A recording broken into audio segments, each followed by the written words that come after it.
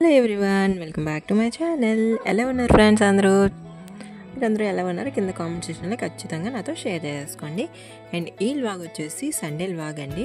అంటే ఇప్పుడు నవరాత్రులు కాబట్టి నాన్ వెజ్ ఏముండదు. సో అందుకని చెప్పేసి మొత్తం అంతా కూడా టిఫిన్సే ఎక్కువగా ఉంటాయి. ఎందుకంటే కార్తీక మాసంలో నెక్స్ట్ ఏంటంటే నవరాత్రులు చేసేటప్పుడు, వినాయక చవితి అలాంటి 9 రోజులప్పుడు ఇలాంటివి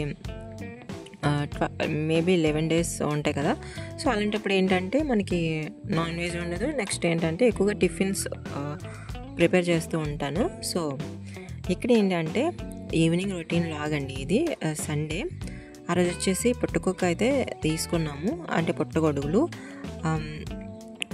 చిన్న క్లిప్ అయితే యాడ్ చేశాను. ఎలా చేస్తారని చెప్పేసి ఒక వీడియో అయితే పెడదాం అనుకున్నాను, అంటే శ్రీకాకుళం స్టైల్లో ఎలా వండుతారని చెప్పేసి. బట్ కుదరలేదు, చిన్న క్లిప్ మాత్రమే నేను యాడ్ చేశాను. సో ఇక్కడ చిన్న ఇన్సిడెంట్ ఏంటంటే ఫస్ట్ ఊర్లోకి అయితే పల్లీలు వచ్చాయి. సో అమ్మ తీసేసుకుంది. నెక్స్ట్ అన్నయ్య కూడా పల్లీలు తెచ్చుకున్నాడు తెలియక. నెక్స్ట్ ఏంటంటే మళ్ళీ నాన్న కూడా తెచ్చేసారు. సో బాక్స్ మొత్తం నిండిపోయింది. నెక్స్ట్ ఏంటంటే ఇవి ఎక్కువ రోజులు స్టోర్ అయితే ఉండవు, వెంటనే చేసుకోవాలి. బట్ ఏంటంటే డైలీ, అంటే ఇప్పుడంటే డైలీ టిఫిన్ చేస్తాము. సో అయినా కూడా ఎక్కువ ఏం యూస్ చేయము. సో తొందరగా పాడైపోతాయి. సో దీన్ని కప్పెట్టకుండా అయితే పెట్టేశాను. అయినా కూడా ఒకేసారి ముగ్గురు కొనేయడం అనేది ఒక కోఇన్సిడెన్స్లా అయిపోయింది. నెక్స్ట్ ఇక్కడ వచ్చేసి కాఫీ అయితే పెట్టుకున్నాను. అంటే టీ తాగడం అయితే మానేసాను. మళ్ళీ ఇక్కడికి వచ్చిన తర్వాత కొన్ని రోజులు టీ తాగాను, బట్ కాఫీ తాగిన ఫీల్ అయితే రాదండి. అందులోనూ బ్రూ కాఫీ పౌడరే నా ఫేవరెట్. సో అదనమాట.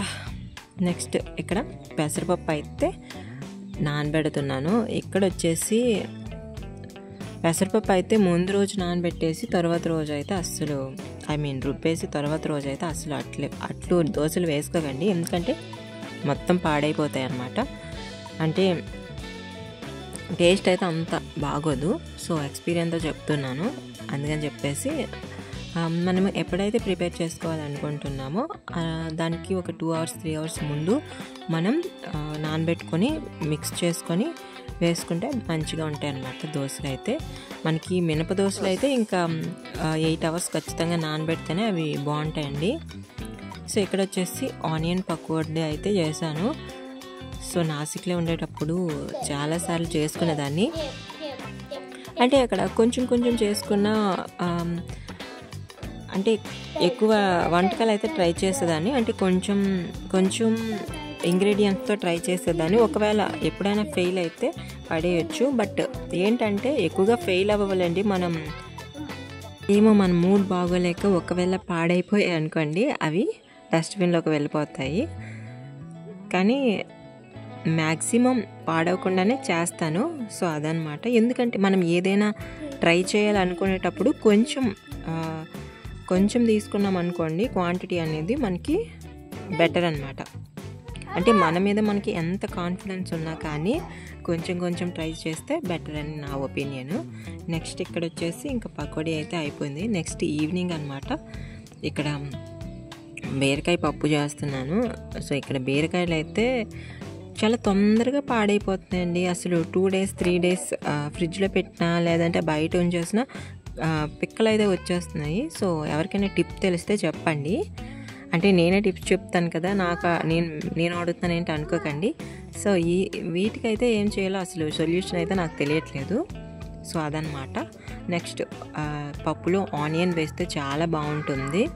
నెక్స్ట్ కామన్గా మనం టమాటా అయితే వేస్తాము. టమాటా పప్పు కూడా చాలామంది ప్రిపేర్ చేస్తారు. బట్ ఇక్కడ నేనైతే ఇలానే చేస్తాను. ఆనియన్, అలానే పచ్చిమిర్చి, టమాటో, కొత్తిమీర ఉంటే కొత్తిమీర వేసుకుంటే చాలా టేస్టీగా ఉంటుంది. కానీ కొత్తిమీర వేసేటప్పుడు ఏంటంటే కారం ఎక్కువ వేయకుండా కొంచెం తగ్గించుకుంటే, పసుపు వేసుకుంటే మనకి పప్పు అనేది ఎక్సలెంట్గా ఉంటుంది. ఒకసారి ట్రై చేయండి. సో అదనమాట. ఇక్కడ పప్పు అయితే ఎక్కువ నానబెట్టేసానన్న మా అమ్మ తిట్లు.